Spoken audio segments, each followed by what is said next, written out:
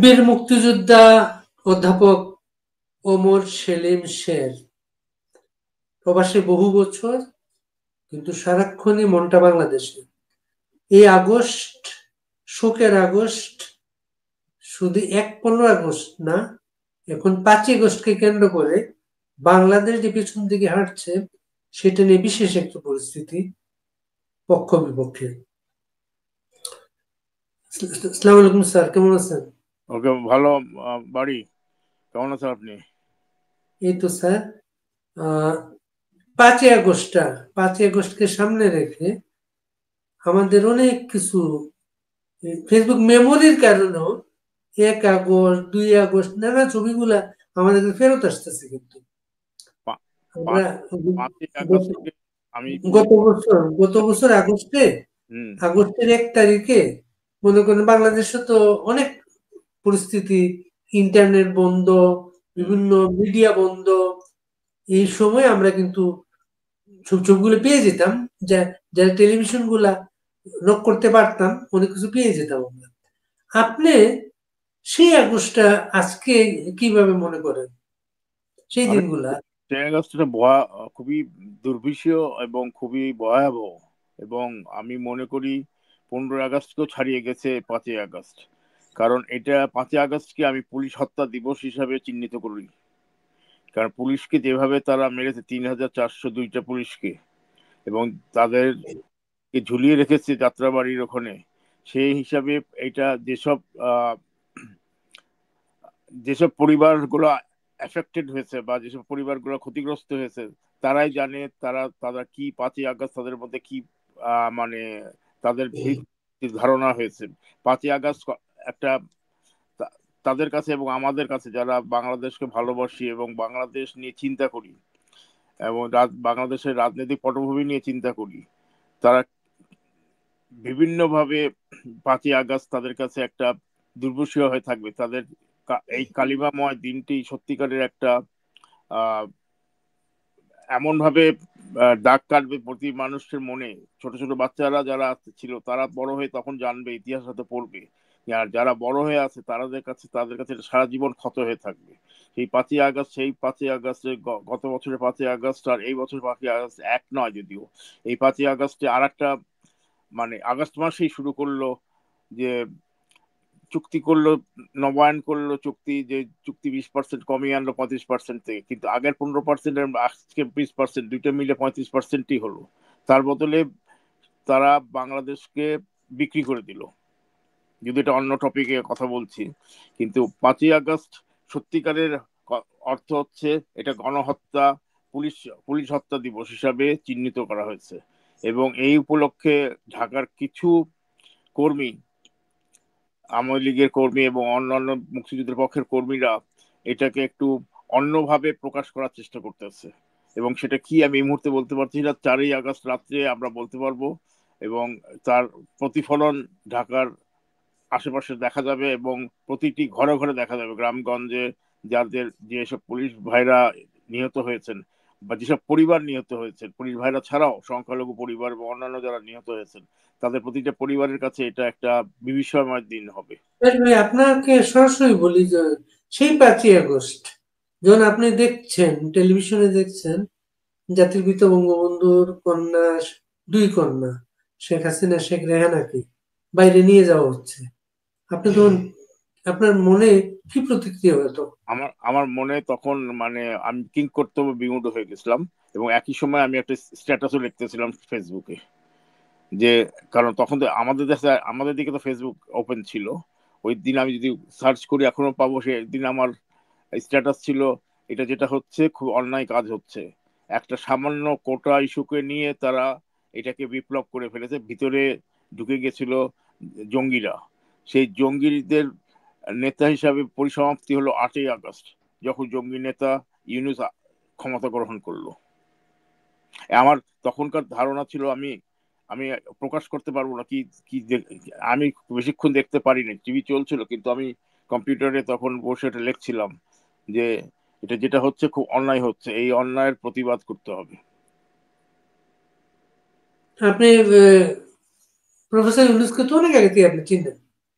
আহ সে professor সাথে সত্যি কথা বলতে মন্ট্রিয়ালে উনি এসেছিলেন একটা প্রোগ্রাম করতে, তখন একবার দেখা হয়েছিল ইন পার্সন। এছাড়া আমি তার খুব একটা বেশি গুণগ্রাহী ছিলাম না, বা তাকে আমি খুব বেশি করিনি, কারণ ইকোনমিক্স হিসাবে সে তো প্রাইজ পায়নি। সে শান্তি, আমার এক প্রশ্ন একটাই, কিসের শান্তি সে এস্টাবলিশ করেছে আজ পর্যন্ত? আমি আজ পর্যন্ত এই উত্তর কেউ দিতে পারিনি। কোথায় শান্তি?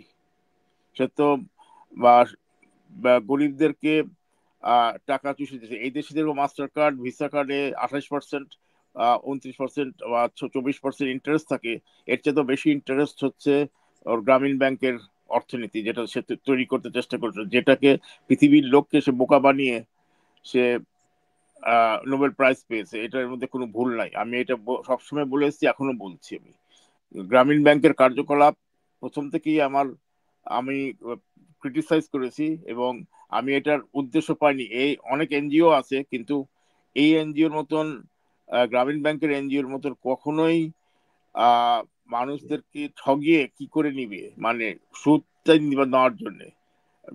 এখানে যেরকম ব্যাংক অ্যাকাউন্ট ফ্রিজ করে দেওয়া হয় যদি you go over the credit limit, সে একই স্টাইলে সে ওখানে করেছে, কিন্তু আরো অ্যাগ্রেসিভ স্টাইলে। সুতরাং প্রফেসর ইউনুস আমার কাছে কখনোই ফেভারিট ছিল না, এবং আমি তার অর্থনৈতিক কার্যকলাপ, অর্থনৈতিক কোনো কিছু আমাকে মোহিত করে নাই।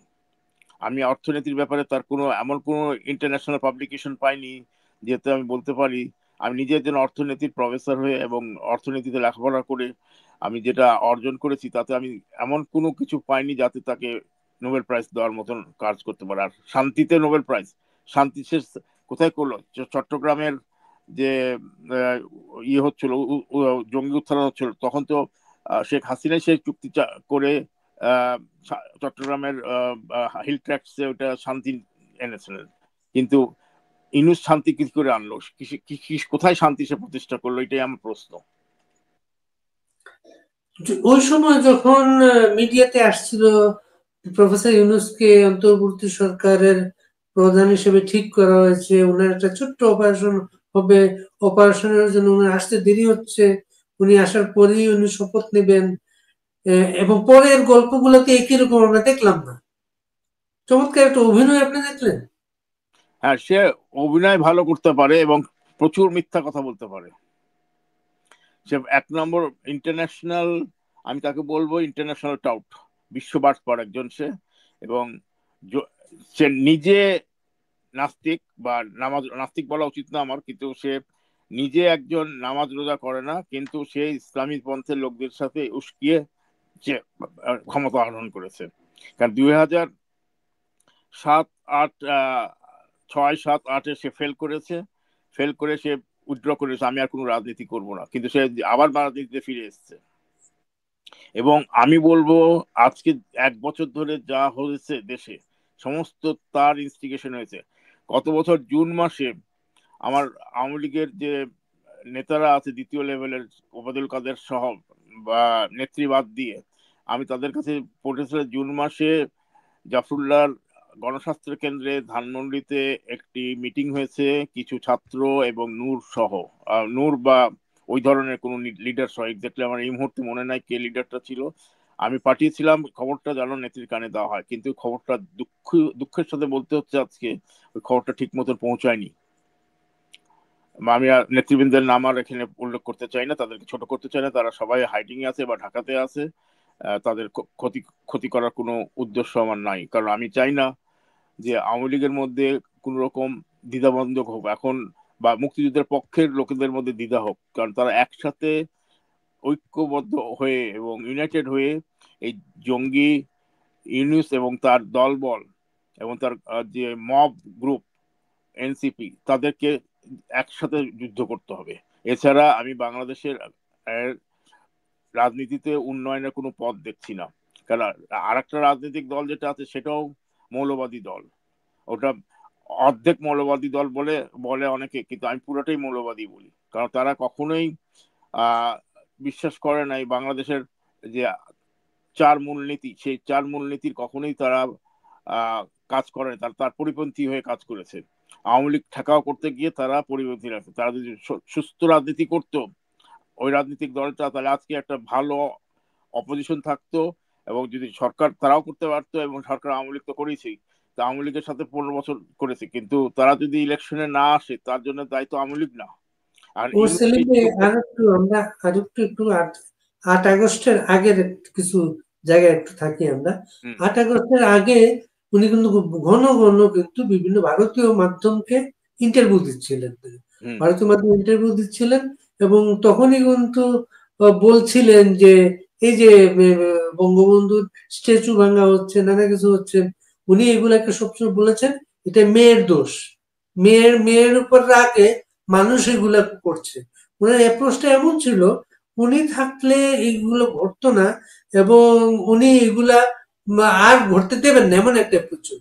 আর একটা অ্যাপ্রোচ ছিল তখনই বলা শুরু করেছেন ভারতকে, বাংলাদেশে একটা লোক ক্ষমতা পাবে, ক্ষমতা নেবে, বৃহৎ প্রতিবেশী দেশটা হচ্ছে ভারত, তার সাথে ভালো সম্পর্ক রেখে তাকে আস্থায় রেখে যে কেউ চেষ্টা করে এখানে সবকিছু করতে। উনি প্রথমেই শুরু করলেন সেভেন সিস্টার, যে আমাদের কিছু করতে গেলে সেভেন সিস্টার্স অস্থিতিশীল হয়ে উঠতে পারে। এইগুলা পরে আপনাকে আপনি মিলিয়ে দেখেছেন তার আগের কথাগুলা? আগের কথাগুলো হ্যাঁ আমার মনে আছে, এটা এটা বলছে তারা, কিন্তু এই ন্যারেটিভটার মধ্যে একটু প্রচন্ড ভুল ভুল ন্যারেটিভ দিয়েছে তারা ভারতকে। কারণ এটা মেয়ের দোষে বঙ্গবন্ধুকে, তাদের আক্রোশ প্রথম থেকেই তারা 1947-এর যে টু নেশন থিওরি সেটাই তারা প্রতিষ্ঠিত করার জন্যই এই এই এইসব ন্যারেটিভ তৈরি করেছে। এই ন্যারেটিভের মধ্যে যেটা বলেছে সেভেন সিস্টার্স, সে সেভেন সিস্টার্স এর হুমকি দিয়েছে এই জন্যে যে যদি ভারত তাদের কাছে নতি স্বীকার করে, কিন্তু ভারত তো নতি স্বীকার করার মতো মানুষ, একটা বৃহৎ দেশ, তার একটা বিরাট বড় আর্মি, তার কাছে তাদের সাহায্য দিয়ে আমরা 71 সালে আমরা যুদ্ধ করেছি। আমরা খালি তাই না, 2 লক্ষর উপরে, 3 লক্ষ উপরে লোকজনকে সে তার শেল্টার দিয়েছে, খাইয়েছে দাইয়েছে। এটা কি একটা ছেলে খেলার কথা নাকি?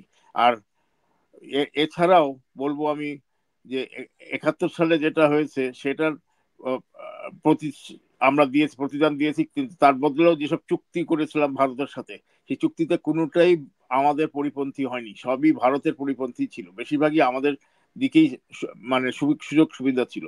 এবং এই ন্যারেটিভ যেটা দিয়েছে তারা, বা 5ই আগস্ট থেকে 8ই আগস্ট পর্যন্ত, ইউনূস আসা পর্যন্ত, যে বঙ্গবন্ধুকে তারা ধ্বংস করেছে, বা বঙ্গবন্ধুর বাড়ি ধ্বংস করেছে, বঙ্গবন্ধুর মূর্তি ধ্বংস করেছে, বঙ্গবন্ধুর বাড়ি পরবর্তীতে ধ্বংস করেছে, কিন্তু এই ন্যারেটিভ কখনোই টিকেনি বা আপামর জনসাধারণের কাছে, এবং আপামর জনসাধারণ সত্যিকারের ভাবে উঠে দাঁড়িয়েছে যে এইভাবে এটা তারা সমর্থন করে নাই।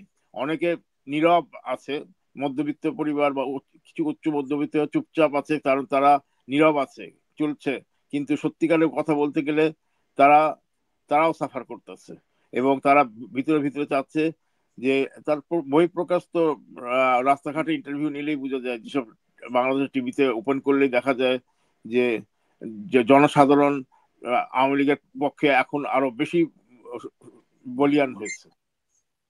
তো উনি তখন এবার বলার চেষ্টা করেছেন যে মেয়ের দোষী, মেয়ের উপর রাগের উপরে এগুলো ঘটছে, কিন্তু প্র্যাকটিক্যালি পরে আমরা সবাই দেখলাম উনি প্রথম রাজনৈতিক দলগুলোকে ডেকে প্রথম যেটা করতে চাইলেন, কেউ দাবি করে নাই তার কাছে, জাতীয় শোক দিবসটা বাতিল করা, 15 আগস্ট জাতীয় শোক দিবসটা বাতিল করা। তখন তো স্পষ্ট হয়ে গেল তারা আর উনি আলাদা কেউ না। কারণ উনি নিজে বঙ্গবন্ধুকে পছন্দ করতেন না, এবং নিজে উনি বাংলাদেশও পক্ষপাতী ছিলেন বলে আমার মনে হয় না, যদিও উনি মুক্তিযুদ্ধের সময় নাকি কিছু কাজ করেছেন কথিত আছে, কিন্তু সেটা সত্যিকারে কি বাংলাদেশের পক্ষে ছিল? উনি বাংলাদেশের পক্ষে না। আর উনি উনি সর্বশেষ একটা গল্প সরি, বলেছেন। এটা যে দাবি করেন নাই যেটা সেলিম বলা। ভাই, একটা গল্প বলেছেন উনি, গল্প হ্যাঁ বলেছেন, কে এসে তাকে বলল জিয়াউর রহমান নামের একজন নাকি স্বাধীনতা ঘোষণা দিয়েছে। হ্যাঁ, এটা সে বলেছে, কিন্তু স্বাধীনতা ঘোষণা বঙ্গবন্ধু 3 মার্চেই দিয়েছিল, ঘরোয়া পরিবেশে বসে। তারপর 7ই মার্চে ডিফ্যাক্টো স্বাধীনতা ঘোষণা দিয়েছে। ডিজুর স্বাধীনতা ঘোষণা উনি 25শে মার্চ সাইকেল স্টাইল করে পাঠিয়ে দিয়েছিলেন সবার হাতে। সেটা সবাই আমরা যারা তখন একটা বিষয় হচ্ছে যে আমরা কে কি বললো তার চাইতে 71-এর যত পত্রিকা আমরা পাই, যত ডকুমেন্টস আমরা পাই, বাইরে থেকে যত কিছু বেরিয়েছে, সব জায়গায় বঙ্গবন্ধুর কথাই বলা হয়েছে। হ্যাঁ, সব এই জায়গায়। রিজেক্ট হচ্ছে বঙ্গবন্ধু। এবং জিয়াউর রহমান নিজেই পরবর্তীতে সংশোধন করে বলছে, বিচিত্রায় অন বিহাফ অফ বিচিত্রায় উনি বঙ্গবন্ধু লিখেছেন। I declare the war against Pakistan. On behalf of Bangabandhu বলা হয়েছিল। সেটা তো তারা ভুলে যায়, কারণ এই কথাটা বুঝি না আমি। আর ইউনুসের যে ন্যারেটিভ, তারপরে ধরুন উনি যেটা বলেছেন, জিয়াউর রহমান যেটা বলেছেন 27শে মার্চে, হ্যাঁ, 27শে মার্চে বলেছেন। আরে আমাদের স্বাধীনতা দিবস তো 27শে মার্চ না, 25শে আমার দিবাগত, স্বাধীনতা দিবস 26শে মার্চ। আমরা ঢাকাতে তখন ছিলাম, তো 25শে দিবাগত রাত্রেই অলরেডি ঘোষণা হয়ে গেছে। ওকে, তারপরে 26শে মার্চ হয়ে যাচ্ছে তার ঘোষণা। আর 27শে মার্চ সকালে ঘোষণা করতে হচ্ছে জিয়াউর রহমান। সে ঘোষণার পরবর্তীতে ঘোষণাকে সে চেঞ্জ করে আবার অন বিহাফ অফ করেছে। সুতরাং এখানে বুঝাই যাচ্ছে যে এটা জিয়াউর রহমান মুক্তিযোদ্ধা ছিল, ঠিক আছে, আমি স্বীকার করি, এটার মধ্যে কোনো ভুল নাই। এবং সে একটা সেক্টর কমান্ডারও ছিল, কিন্তু ভিতরে ভিতরে সে প্রচন্ড ভাবে পাকিস্তান মনোভাবাপন্ন ছিল। এবং 75 সালে 15ই আগস্টের সে একজন কুশলী বিহাইন্ড দ্য সিন, যদিও সে ডাইরেক্ট অ্যাকশনে যায়নি বঙ্গবন্ধুকে মৃত্যুর জন্য, কিন্তু একজন সে কুশলী, যে তার ইনস্টিগেশনে কিছু করা হয়েছে। ওকে, এটা প্রমাণ আছে, অনেক মার্ক অ্যান্টনিসের প্রমাণ আছে এবং অনেকের বইতে প্রমাণ আছে এগুলো। তো এবং আমরা ওই যে একজন এসে বললো, তাকে বললো যে এরকম কু হয়েছে, তখন উনি খুব স্বাভাবিক শেক করতে করতে বললো তাতে কি হয়েছে, ভাইস প্রেসিডেন্ট আছেন, উপরাষ্ট্রপতি আছেন, তিনি অপরাধ শপথ নেবেন। তারা টেক কেয়ার করবে। কিন্তু কিন্তু উদ্দেশ্য তো তা না, উদ্দেশ্য ছিল সে নিজেই প্রেসিডেন্ট হবে এবং সে নিজেই টেক কেয়ার করবে। এটা হলো গিয়ে 15ই আগস্ট পটভূমি। আমি আবার 5ই আগস্টে ফিরে আসি। 5ই আগস্টে যে ঘটনাটা ঘটেছে, বঙ্গবন্ধু কন্যা জননেত্রী শেখ হাসিনা দেশ ছাড়তে চাননি, তাকে ফুল করে পাঠানো হয়েছে। ছেলেদেরকে কন্ট্রোল করা যেত, এবং যদি স্বয়ং আমাদের সেনাবাহিনী, আমি সেনাবাহিনী নিয়ে বেশি কথা বলতে চাই না পাবলিকলি, আমাদের সেনাবাহিনী যদি, কেন বলতে চান না পাবলিকলি? পাবলিকলি বলতে চাই না, সেনাবাহিনী হচ্ছে আমাদের দেশের রক্ষক, মানে রক্ষা করবে সব কাজে, এবং তারা ঝাঁপিয়ে পড়ে বন্যা বা যে কোনো দুর্যোগের সময়। তো সেনাবাহিনী যে অ্যাক্সেসটা, সেটা এখন বেড়ে গেছে অনেক বেশি। তারা সেনাবাহিনীর কাছে যুদ্ধ করতে পারবে বলে আমার মনে হয় না, 1 নম্বর। 2 নম্বর হচ্ছে, সেনাবাহিনীকে আমি এখনো মনে করি তারা দেশমাতৃকাকে ভালোবাসে এবং সত্যিকারে তারা দেশকে ভালোবাসবে এবং বাংলাদেশের 4 মূলনীতিকে উঠিয়ে রাখবে। কিন্তু সেই সেনাবাহিনীর এক অংশ সম্পূর্ণভাবে মৌলবাদী হয়ে গেছে। ওকে, তাদের প্রভাবই এত বেশি হয়েছে, যার জন্য বঙ্গবন্ধু কন্যাকে দেশ ছাড়তে বাধ্য হয়েছে এবং তাকে মিথ্যা কথা বলে ছাড়ানো হয়েছে যে আমি টেক কেয়ার করব। আপনি সেনাবাহিনী প্রধান সেই আমি 5ই আগস্ট। আসাদুজ্জামান কামাল স্বরাষ্ট্রমন্ত্রী বলেছেন। সেনাবাহিনী প্রধান 5ই আগস্টে, হ্যাঁ। 5ই আগস্টে বলছেন যে প্রথম রাজনৈতিক দল হিসেবে জামাতের কথা তার মনে আসে হুম। সবকিছুতে। এই যে সর্বশেষ নিউজ যেটা, জামাতের নেতা অসুস্থ হয়ে গেছেন, উনি খুব ব্যথিত হয়ে খোঁজ খবর রাখছেন। উনি তো প্রধানমন্ত্রী না, শেখ উনি হাসিনা তো কেমন আছেন সেটা জানার চেষ্টা করেন না। বাড়ি, আমি এখানে একটু থামাবো, কারণ উনি প্রথম দিন থেকেই, যখন বঙ্গবন্ধু কন্যা জননেত্রী শেখ হাসিনা প্রধানমন্ত্রী চলে গেলেন বা আহ, পাঠিয়ে দেওয়া হলো জোর করে ওনাকে, তখন তারপর উনি যখন টিভিতে আসলেন, প্রথমে কাকে আনলো? মামুনুল হক, জামায়াতে ইসলাম। তখনই তা বোঝা গেছে যে এই লোক কোনোদিনও আওয়ামী লীগের পক্ষের লোক ছিল না। সে যদিও আওয়ামী ঘরানার মেয়েকে বিয়ে করেছে, কিন্তু তাই বলে সে আওয়ামী লীগের লোক হবে নট নেসেসারিলি। এবং তখনই বলা উচিত ছিল যেটা, যে সে কথা দিয়েছে সে কথা রাখতে পারেনি এবং কথা রাখবেও না। এবং এর এর জঙ্গি নেতা ইনুস তো আছে সাথে, ওয়াকারের প্রচারণাতেই এই যে তার যে জঙ্গি বাহিনী এনসিপি বা এখন যে নাম নিয়েছে তারা, এই জঙ্গি বাহিনীরা আরো বেশি ভাবে ইনভলভ ছিল। এবং এছাড়াও জঙ্গি বাহিনীরা আহ একদিকে মানে ইউনুসকে উস্কিয়েছে, আবার ইউনুস নিজেই তাদেরকে বলেছে তোমরা বলো আমি এভাবে করব। এবং সে প্রথম থেকেই বঙ্গবন্ধুর বাড়ির বঙ্গবন্ধুর নাম নিশানা নিশ্চিহ্ন করবে, এইটাই তার মাস্টার প্ল্যান ছিল প্যারিস থেকে আসার আগে, এবং সেটাই সে ইমপ্লিমেন্ট করেছে। এটা আমার একেবারে বদ্ধ ধারণা, আমি প্রচন্ড ভাবে বিশ্বাস করি। আর মুক্তিযুদ্ধ, এই এক কারণ বছরের তারা সারসংক্ষেপ কি আপনার কাছে? এই এক বছরের সারসংক্ষেপটা, আপনি যে স্বাধীন করে যুদ্ধ করেছেন এই দেশটার জন্য, সেই দেশটা এক বছরে কোথায় যাচ্ছে গেল? এক বছরে আমি অর্থনৈতিক ভাবে বলি, আগস্ট মাসের 5 তারিখে বা 4 তারিখে বাংলাদেশের অর্থনীতি ছিল $590 ট্রিলিয়ন। সেটাকে নামিয়ে নিয়ে এসছে $240 ট্রিলিয়ন। তার মানে অর্ধেক করে দিয়েছে। তো বাংলাদেশের অর্থনৈতিক অবস্থা খুবই খারাপ, খুব একটা বেশি ভালো না। যদিও জিডিপি 3% বেড়েছে, জিডিপি ছিল 6.7% যখন জননেত্রী হাসিনা তার ক্ষমতা বাধ্য হয় ছাড়তে। হ্যাঁ, কিন্তু সেই অর্থনীতির অবস্থা খারাপ করেছে। আজকে ব্যবসায়ীরা ব্যবসা করতে পারছে না, ইম্পোর্ট করতে পারছে না, বা এক্সপোর্টও প্রপারলি করতে পারছে না। হ্যাঁ, আর যে পরিমাণ এক্সপোর্ট বেড়েছে ওটা খুবই সামান্য পরিমাণ। এবং এই যে এখন যে আমি একটু এই চুক্তিতে আবার ফিরে আসি 1 সেকেন্ডের জন্য।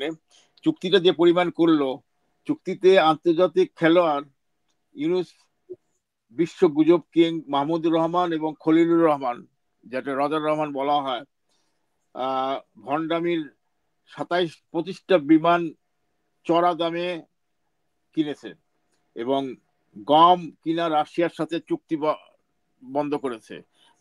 চীন থেকে কোনো সামরিক যন্ত্রাংশ আনতে পারবে না, এবং ইরানের সাথে বাণিজ্য বন্ধ করা হয়েছে 100%।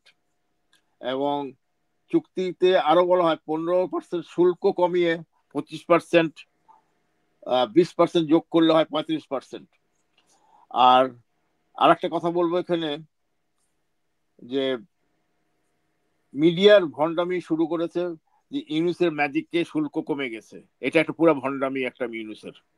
এটা মিউজিকে ইউনুসের ভণ্ডামিতে কোনো রকম শুল্ক কমেনি, শুল্ক একই আছে, এবং এর জন্য দায়ী থাকবে এরাই। কারণ এই যে বিমান, যেটা এয়ারবাসের চুক্তি হয়েছিল ফ্রান্সের সাথে হাসিনার শাসনামলে, এয়ারবাসের বোয়িং কে নিয়েছে। বোয়িং এর অ্যাক্সিডেন্ট রেট অনেক হাই, এবং বোয়িং এর অনেক রিসেন্টলি বোয়িং এর অনেক প্রবলেম হচ্ছে। কিন্তু আমেরিকা বাধ্য করলো ইউনুসকে বোয়িং এর সাথে চুক্তি করতে। তো বেসিক্যালি ইউনুস দেশটাকে বিক্রি করে দিয়েছে 1 বছরে। ওকে, যেটা হাসিনার এগেন্স্ট তারা কমপ্লেন করে সেটা করেছে। দ্বিতীয়ত আর একটা অর্থনৈতিক কথা বলি আমি। 16 বছর বা 17 বছর আমি ধরেও নিলাম যে তারা মানি শিফন অফ করেছে বিদেশে, কিন্তু সে পরিমাণটা কত সেটা দেখতে হবে, কারণ উন্নয়ন তো দৃশ্যমান। 16-17 বছর বছরে আওয়ামী লীগ আমলে উন্নয়ন হয়েছে প্রচন্ড ভাবে, সেটা চোখে দেখা যাচ্ছে। এবং এছাড়াও আরো উন্নয়ন হয়েছে, যেটা বিধবা ভাতা বা প্রান্তিক লোকজনের প্রতি যে ভাতা, প্রান্তিক লোকদেরকে উপরে উঠিয়ে আনা, এগুলা তো আজকে সব বন্ধ করে দিয়েছেন ইউনুস, একেবারে বন্ধ করে দিয়েছে। তো জঙ্গি নেতা যদি ইউনুস বন্ধ করে থাকে, তো এটা তো অর্থনীতির অবস্থা খুবই খারাপ হয়েছে। তো 1 বছরে দেশটাকে দেউলিয়া করে দিয়েছে, আমি এটা বলবো এক কথা। একেবারে আমি সবসময় বলি ডিপেন্ডেন্সি থিওরির স্টেজ 1 থেকে আমরা এখন স্টেজ 4 চলে গেছি। কারণ ডিপেন্ডেন্সি থিওরির নিয়মই হচ্ছে যে তুমি সবসময় এডে থাকবা। এড মানে এড আমরা দিব, তোমরা ব্যবহার করবা, আমরা যে চুক্তি দিব সেই চুক্তিতে করবা। কারণ আইএমএফ এর কাছ থেকে লোন খুব অল্প পরিমাণে নেওয়া হয়েছিল আওয়ামী লীগের শাসন আমলে, কিন্তু এরা সরকার এসে আইএমএফ এর বড় লোন নিয়েছে। এবং আরেকটা কথিত আছে, ডেট, যে ঋণ, যে ডেট আমরা আহরণ করেছি সেটা নাকি 4 বিলিয়ন ইউনুস একাই শোধ করে দিয়েছে। এটা কোথা থেকে আসলো, কিভাবে আসলো, কখন শোধ করলো, এটার কোনো ব্যাখ্যা কোথাও কেউ দিতে পারতেছে না। আমি এই প্রশ্নটা করেছি অনেকের কাছেই, এই 4 বিলিয়ন ডেট কি কোথা থেকে আসলো, এবং মানে তার প্রতিশোধ কিভাবে করলো। এটা প্রতিশোধ কি সে হাসিনার আমলের থেকে ধরে নিয়েছে তারা যে প্রতিশোধ করেছে, নাকি কিভাবে তারা এটাকে ফেরত দিল, এই কথা। এগুলো যে সবকিছু মিলিয়ে আমি ম্যাক্রো লেভেলে একটা চিন্তা করি, অর্থনৈতিক অবস্থা খুবই বহাবহ। এবং আমাদের প্রজন্ম এবং আমাদের পরবর্তীতে এবং তোমাদেরও পরবর্তী জন্মের এবং এখনকার যারা ছোট ছোট বাচ্চা তারা এইটা রিকভার করতে মনে হয় না 10 বছর 20 বছর লাগবে। আমার মনে হয় প্রায় অলমোস্ট আরো 50 বছর লাগবে এটা রিকভার করতে। যে অবস্থাতে আমরা ছিলাম অর্থনৈতিক ভাবে, রাজনৈতিক ভাবে, সেই অবস্থাটা এখন ফিরে আসতে অনেক সময় লাগবে। একটাই উপায় হচ্ছে, যদি আওয়ামী লীগ এবং মুক্তিযুদ্ধের পক্ষের লোকরা একটি সশস্ত্রভাবে মোকাবেলা করতে পারে এই সরকারের, জঙ্গি সরকারের সাথে, এবং তার জন্য যে দরকার, প্রি অ্যারেঞ্জমেন্ট দরকার বা প্রিপারেশন দরকার, সেটার জন্য এখন থেকে শুরু করতে হবে। আগস্ট মাসটা তারা প্রিপারেশন নেক, সেপ্টেম্বর থেকে সত্যিকারের আন্দোলনে যাক এবং অক্টোবরে চূড়ান্ত হিটানুক। এইটাই আমার আপনি এই বললেন সশস্ত্র, এই বললেন সশস্ত্র, এই সশস্ত্র বললেন, আবার বললেন আন্দোলনে যাক সেপ্টেম্বর থেকে। না, সশস্ত্র এই জন্য বললাম কারণ আমি আগে বলেছি সেনাবাহিনী যদিও আমাদের তারা রক্ষক বলে নিজেদেরকে দেশের সমস্ত দুর্যোগের সময়, সেনাবাহিনীর সাথে তো আমাদেরকে যুদ্ধ করতেই হবে, এছাড়া তো উপায় দেখতে পাচ্ছি না আমি। সত্যি কথা বলতে গেলে আমি আমি পুলিশ বিডিআর এদেরকে অতটা আমি কিছু মনে করতেছি না, কিন্তু সেনাবাহিনীকে তো রক্ষা করতে হবে। 7.62 বুলেট সেনাবাহিনীরা ব্যবহার করে, সেটা কি করে 5ই আগস্টে ইউজ হলো, 7ই আগস্টে ইউজ হলো, 6 আগস্টে ইউজ হলো, সমস্ত আওয়ামী লীগের লোকজনের বাড়িঘর লুটপাট হলো, তখন অরাজকতা, তখন আর্মি কোথায় ছিল? এই প্রশ্নটা সবার মুখেই আছে, যারা সত্যিকারের দেশকে ভালোবাসে তারা এটা বলবেই। ওকে বাড়ি, সশস্ত্র বিষয়টা আপনি কোথা থেকে শুরু করবেন, দেশের ভেতর থেকে না বাইরে থেকে? সেটা আমি প্রশ্ন রাখতে চাই সবার কাছে, মুক্তিযুদ্ধের পক্ষের লোকের কাছে এবং আওয়ামী লীগের যারা সত্যিকারের আওয়ামী লীগের যারা করে, ভেসে আসা আওয়ামী লীগ না, আমি শিবির করতাম এখন আওয়ামী লীগ করবো এটা না, বা আমি আগে লাল বদর ছিলাম আজকে আমি আওয়ামী লীগ হয়ে গেছি, এইসব ধরনের লোকের কাছ থেকে আশা করি না। আমি আশা করি সত্যিকারের আওয়ামী লীগের যারা ছিল, আমি যেটা বিশ্বাস করি, যারা লাল বদরের ধারে কাছে ছিল না, তারা যদি সাহায্য করে, তার সশস্ত্র বিপ্লবটা কোথা থেকে শুরু করবে, তাদের কাছে উত্তরটা চাই আমি। এবং উত্তর এটার জন্য দরকার আমাদের আন্তর্জাতিক সহযোগিতা। এছাড়া কারণ দেশ মৌলবাদী। আপনি একজন বীর মুক্তিযোদ্ধা, আপনি দেশের বাইরে থেকে শক্ত গলায় কথা বলছেন, দেশের ভেতরে আপনার সহযোদ্ধা যারা, তাদেরকে সক্রিয় করতে, এই বয়সে তাদের সক্রিয় করতে আপনি কি করতে পারেন? না, দেশের ভিতরে যারা আছে তারা সাহস পাচ্ছে না, কারণ তারা আসলে বয়স হয়ে গেছে, 1 নম্বর। 2 নম্বর হচ্ছে তারা কেন পারছে না সেটা আমি বলতে পারবো না, কিন্তু তারা ভিতরে ভিতরে চাচ্ছে কিছু একটা হবে, কিছু একটা করবে, কিন্তু কেউ এসে করে দিবে না। এটা আমাকে আপনাকে করতে হবে, আমাকে তোমাকে করতে হবে, সবাইকে করতে হবে। আমি সবাইকে আহ্বান করব যেন তারা এদেরকে গাইড করে, আজকালকার তরুণদেরকে। তরুণরা অনেকেই আছে ভিতরে ভিতরে। আওয়ামী লীগ এখন যে অনলাইনে যেসব কর্মকাণ্ড চালাচ্ছে, আওয়ামী লীগ, এসব নিয়ে আপনার বক্তব্যটা কি? যে কর্মকাণ্ড বর্তমানে চালাচ্ছে তা খুব অল্প অল্প সকালে হচ্ছে, কিন্তু কিছু আবার গ্রেপ্তারও হচ্ছে, কিছু নির্যাতনের ভুক্তভোগী হচ্ছে, এবং কোনো কিছু কর্মকাণ্ড করতে গেলেই তো আওয়ামী লীগের দোষর হিসাবে তারা চিহ্নিত হচ্ছে, কিন্তু তাদেরকে করতেই হবে, তাদের সাহস নিয়ে বেরোতে হবে, এবং কিছু হচ্ছে, আরো কিছু হবে। শেখ হাসিনার সঙ্গে কোনো যোগাযোগ তৈরি হয়েছে কিনা, বা যোগাযোগের চেষ্টা করেছেন কিনা আপনার কথাগুলো বলার জন্য?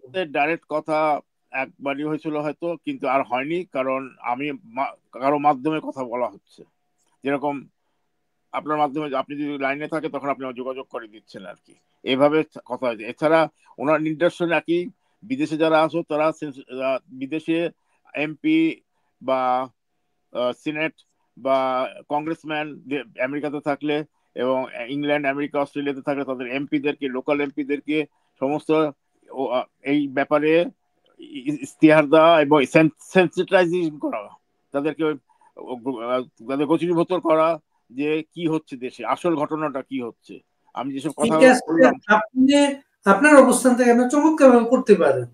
আপনি কি উদ্যোগ নিচ্ছেন এই ব্যাপারে, কাজ করার ব্যাপারে? আবার প্রশ্নটা আবার করলে ভালো হয়।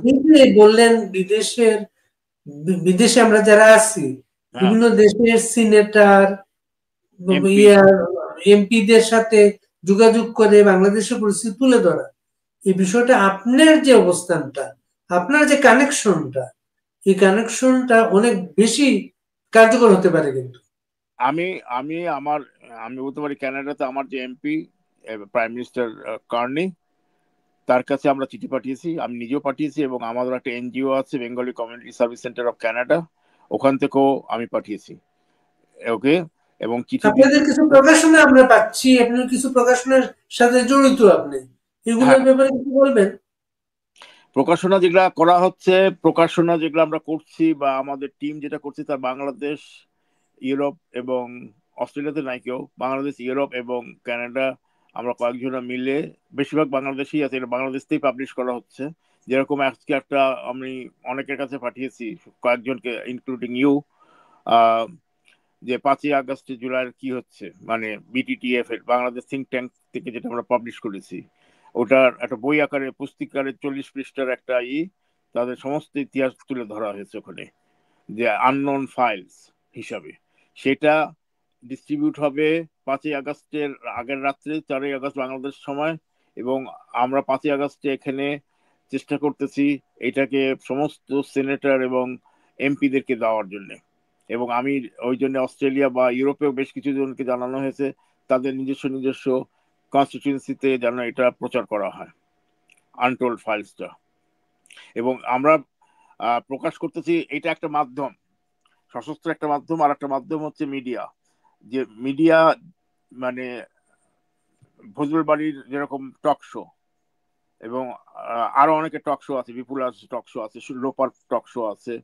হ্যাঁ, এইসব টক শোতে যতটা আমরা পারবো বলবো, এবং এটাকে লোকের মাঝখানে ছড়িয়ে দিতে হবে। এবং পারলে কিছু প্রোগ্রাম ইংরেজিতেও করতে হবে আমার মতে। আমি অনেককে বলেছি ইংরেজিতে প্রোগ্রাম করতে, তাহলে এটা ইন্টারন্যাশনাল কমিউনিটিতে যাবে। আর আমাদের যে পাবলিকেশন গুলা, সেই পাবলিকেশন গুলো আস্তে আস্তে ছড়াতে শুরু করা হয়েছে এখন। কারণ এই আগস্ট মাসটা আমরা চেষ্টা করতেছি প্রচারণা করে, এবং সেপ্টেম্বর থেকে অ্যাকশনে যেতে। তখনই যদি কেউ আমাদেরকে সাহায্য করতে পারে সশস্ত্র বিপ্লবের জন্য, তাহলেই হতে পারে। এছাড়া আমি তো উপায় দেখতেছি না, কারণ এরা যেভাবে নেমেছে, যে এখন যদি এই 2 দিন না 3 দিন আগে দেখলাম সেনা প্রধান বলল আর প্রোটোকল দেওয়া হবে না, কিন্তু তারা প্রোটোকল দিয়েই যাচ্ছে। এটা একটা মিথ্যা বুলি আড়িয়েছেন উনি। আর আমার আমার ব্যক্তিগত ইনভলভমেন্ট হচ্ছে, যতটা পারি আমি বুদ্ধি দিতে চেষ্টা করি যে এইভাবে চলতে হবে আমাদেরকে। আর ছেলেপেলেরা যারা অনেক কষ্টের মধ্যে আছে, আওয়ামী লীগের কর্মীরা লক্ষ লক্ষ কর্মী আছে, লক্ষ লক্ষ কর্মীদেরকে যদি একত্রিত করা যায়, খালি নেতৃত্বের অভাব, সত্যিকারের নেতৃত্বে যদি নিতে পারে, তাহলে কিছু একটা হতে পারে। এছাড়া আমি কোনো আশা দেখতেছি না এই পর্যন্ত। ওকে, অনেক ধন্যবাদ আপনাকে। ধন্যবাদ। হ্যাঁ, বীর জয় বাংলা, মুক্তিযোদ্ধা, জয় বাংলা, জয় বঙ্গবন্ধু, বাংলাদেশ চিরজীবী হোক। আপনাকে অনেক ধন্যবাদ। আমাদের কথা যারা শুনলেন, শুনবেন, তাদের প্রতি আহ্বান, আমাদের এই অগ্রজ বীর মুক্তিযোদ্ধা 71-এ তাদের আত্মত্যাগের বিনিময়ে আমরা বাংলাদেশটা পেয়েছি। দেশে বিদেশে আমরা গর্বিত বাঙালি, এবং তাদের এই কারেজটা, তাদের উৎসাহটা আমরা যদি কাজে লাগাতে পারি, নতুন প্রজন্মের মাঝে ছড়িয়ে যেতে পারি, বাঙালি হারবে না। জয় বাংলা।